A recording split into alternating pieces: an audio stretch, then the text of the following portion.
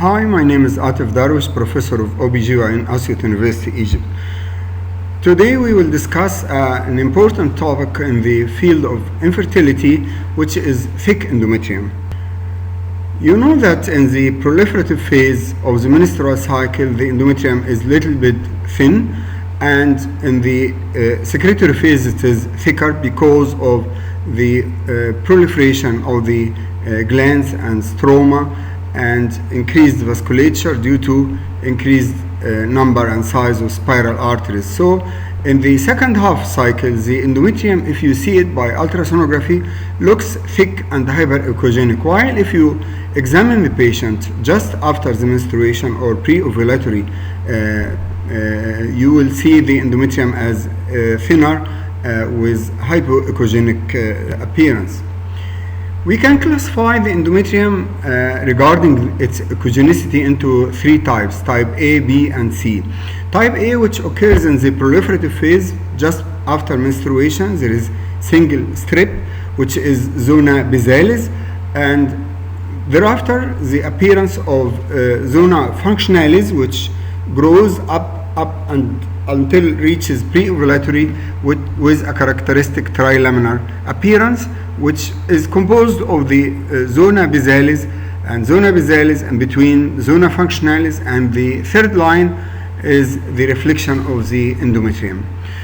And this is type 1, okay, but you can see type 2 and type 3, type B and C. Type B, the endometrium is more echogenic and more thick than type 1, and type C, the thickest type of the endometrium, where it should be hyperechogenic.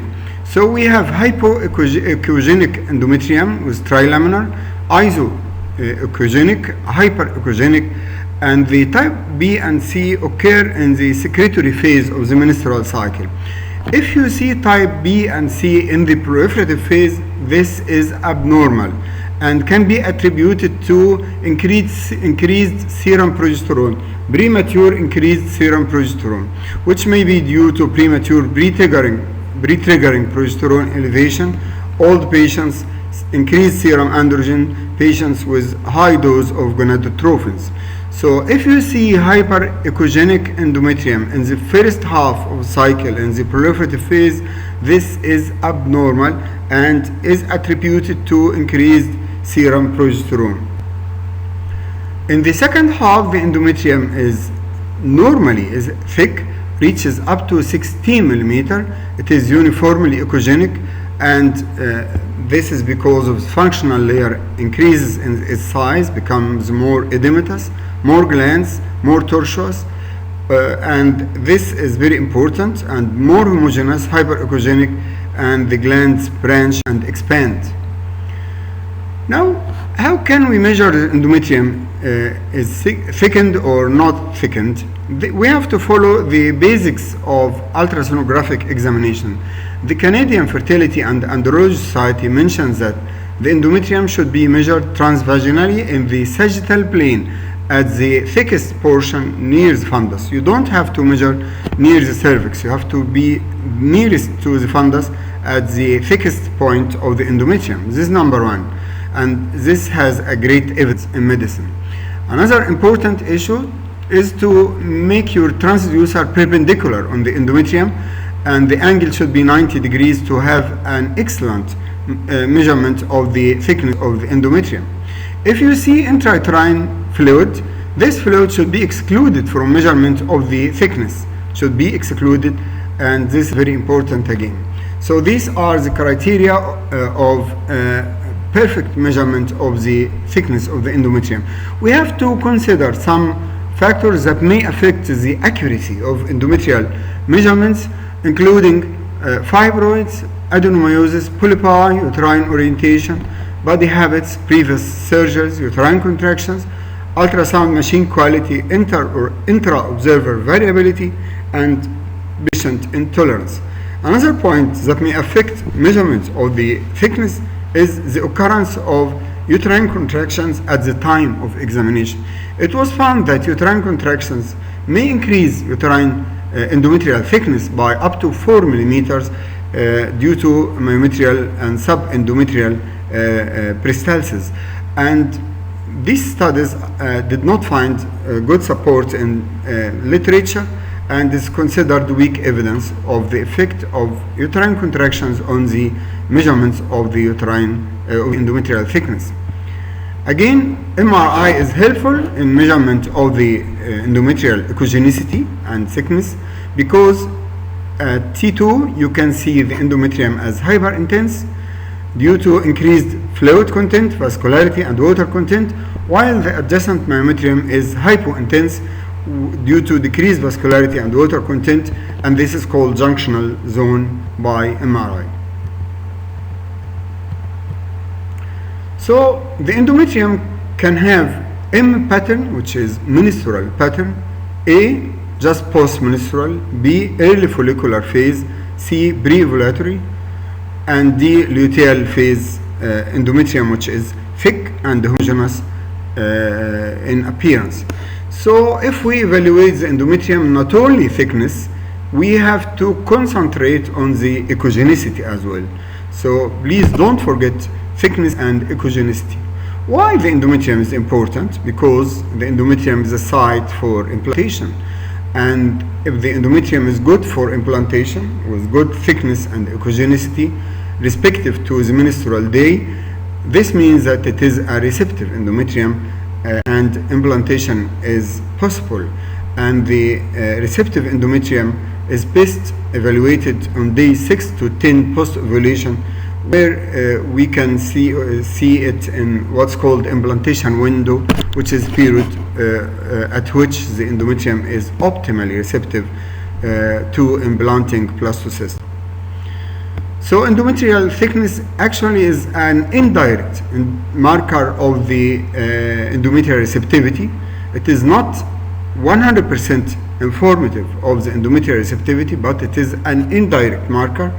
If you see normal endometrial thickness respective to the menstrual day, this means that the endometrium is probably receptive, and implantation is probably liable to occur, and it has a prognostic factor. But we don't have clear consensus on what is too thin or what is too thick. Sometimes you see very thin endometrium and the patient got pregnant, or very thick endometrium and the patient got pregnant. So it is a marker, not a sure or 100% indicator of receptivity. If we see by transvaginal sonography a thick endometrium, we have to think pregnancy. We have to think pregnancy, because pregnancy is the commonest cause of thick endometrium. So we can divide the causes of thick endometrium into pregnancy-related and non-pregnancy related. Early pregnancy is a cause. If you see a patient by transvaginal sonography and you find the endometrium like this, you have to consider that she has an early pregnancy before appearance of this gestational sac. So don't ignore pregnancy, early pregnancy, and you have to request for beta HCG if you see it very thick endometrium like this picture. Ectopic pregnancy also can occur with fluid collection in Douglas pouch and sometimes pseudo gestational sac, but the endometrium in such cases is sometimes very thick endometrium.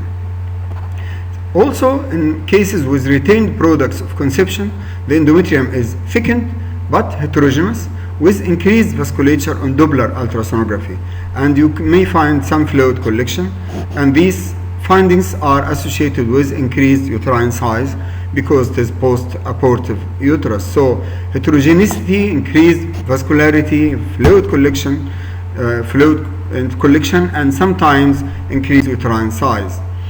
Intrauterine blood clots like hematometra, heterogeneous endometrium with no vascularity by Doppler ultrasonography, and hematometra may occur due to marked cervical stenosis, maybe due to cervical lesions and so on. But if you concentrate on it by ultrasonography, you will not see by Doppler any vascularity, and it is heterogeneous endometrium.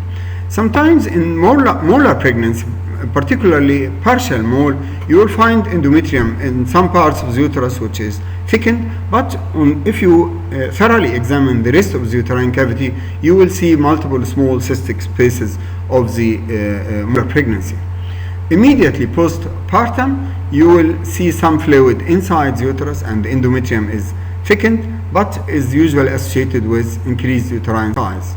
These are the pregnancy-related causes of thickened endometrium. What are the non-pregnancy and pregnancy-related causes of thick endometrium? We have to consider the menstrual day of the lady. If you examine the patient in the second half of the cycle, in the secretory phase, the endometrium is normally thickened up to 16 millimeter. So if you examine a patient at that time, this is normal. Don't tell the patients that you have a thick endometrium. This is normal endometrium in the secretory phase up to 16 millimeter. And one of the main causes of wrong diagnosis is wrong dating. You have to consider the cycle day of this lady. And this is very important, as the endometrium is thickened by proliferation of zona functionalis with edema and isoechogenic basal layer. Sometimes inflammation of the endometrium, which is called endometritis, due to inflammation, you will see prominent hyperechogenic endometrium with or without fluid and debris inside the endometrial cavity. Also, the myometrium in such cases by Doppler ultrasonography shows increased vascularity. Sometimes you examine the patient in the follicular phase, not in the proliferative phase, not in the secretory phase, and you see the endometrium is thickened, and this is mostly attributed to premature ovulation and premature increased level of progesterone. So if you see thick endometrium in the first half of cycle, this may indicate increased level of progesterone, and this is commonly associated with possibility of empty follicle syndrome due to disappearance of bigger size follicles and appearance of follicles with irregular shape, and the endometrium is type 2 endometrial echogenicity, and mostly this case will have an empty follicle syndrome. So the examination day of the cycle is very crucial for detection of thick endometrium. If you see thick endometrium in the second half, this is normal, up to 16 millimeter. If you see it in the first half of the cycle, this is abnormal, and this may indicate premature ovulation and precocious serum progesterone increase. Some drugs can affect the endometrium and lead to thick endometrium, like tamoxifen and high dose of estrogen. So you have to ask your patient about using or receiving these drugs, because they may lead to thick endometrium with sometimes cystic areas inside it.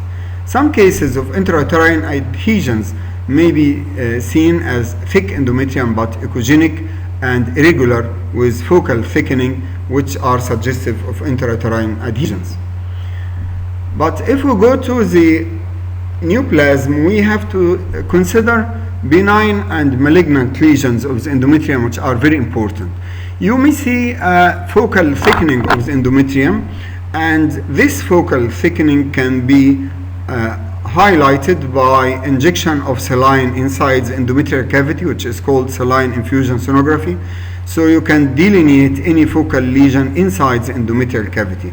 At the same time, you can use your Doppler machine to show the blood vessel supplying this mass. If you see a single vessel pattern by Doppler, this means that it is a polyp, and this polyp has only one blood supply at the pedicle, and the vascular stock of the polyp is well seen in this picture. So number one, if you suspect a polyp, it's better to do SIS or three-dimensional ultrasonography, and it's better to do Doppler ultrasonography to see a single vessel appearance. And here SIS on the right side, and this is polyp on the left side.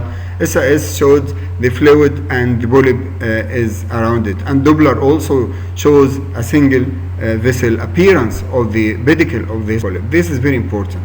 Sometimes you see a very thick endometrium, homogeneous, hyperechogenic and homogeneous. So two criteria, thick endometrium and hyperechogenic, this is suggestive of endometrial hyperplasia. Sometimes you use Doppler ultrasonography and it shows a scattered vessel appearance of the blood vessels around the around the endometrium and in the endometrium itself. And if you suspect such a case, you have to do hysteroscopy, which shows a thick endometrium with prominent gland openings, and you can see the wall very thick, and you can press by the telescope on the posterior wall to make a furrow in the endometrium, which means that the endometrium is at least 5 millimeter thickness, because the caliber of the outer sheath is around 5 mm. So this is the furrow in the endometrium after pressure on the endometrium to show. And if you go back with the hysteroscope, you can see a polyp coming from the cervical canal. So this is a case of endometrial hyperplasia with cervical polyp, and this is an evident case with prominent gland openings, hypervascularity, and you can see the gland, the ostium as well. So this is this video shows you the importance of putting hysteroscopy in your mind in any case with thick endometrium to diagnose what's inside the uterus, and you can see polyp like this and other lesions that cannot be seen by other.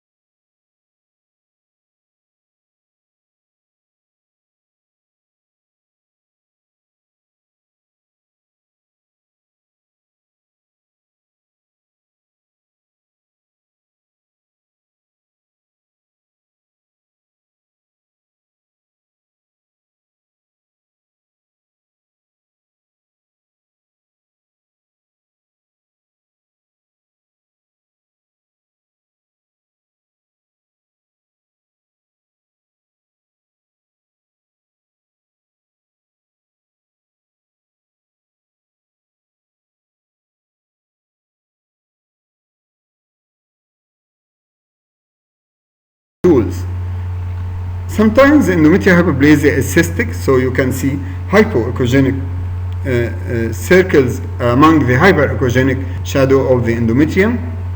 Sometimes it is atypical endometrium, and this atypical endometrium is very serious and very risky. You don't have to underestimate it because of the high possibility of turning into endometrial carcinoma. Here in this hysteroscopic view, you can see the endometrium has been completely changed into polypoidal endometrium, and the cavity is full of these polypoidal changes, very thick endometrium, polypi occluding the whole endometrium, and this is very risky, and you have to take a biopsy in such a case. If the patient is unfortunate and you can see an endometrial mass which is hyperechogenic with abnormal vasculature, and mostly it is endometrial carcinoma, which is commonly seen in the postmenopausal women, but can be seen in the premenopausal as well. The Doppler in such a case shows multiple vessel pattern, which is characteristic, unlike the scattered pattern of the endometrial hyperplasia. Another cause of thick endometrium is adnexal mass. So don't ignore to examine the adnexes, ovaries on both sides. You can see some endometrial ovarian tumors that secrete estrogen and lead to thick endometrium, like endometrioid carcinoma and granulosa cell ovarian tumors. These are very important. Now we diagnose the case of thick endometrium, but we have to consider, is it related to pregnancy or non-pregnancy? If it is related to pregnancy, we have to make causal treatment. If it is ectopic pregnancy, molar pregnancy, and so on, remnants and so on, we have to interfere according to the diagnosis by ultrasonography and Doppler ultrasonography.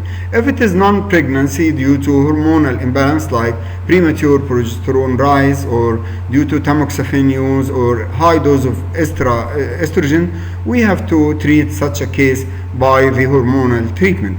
But in most of cases with thick endometrium, we don't have to underestimate the diagnosis of thick endometrium.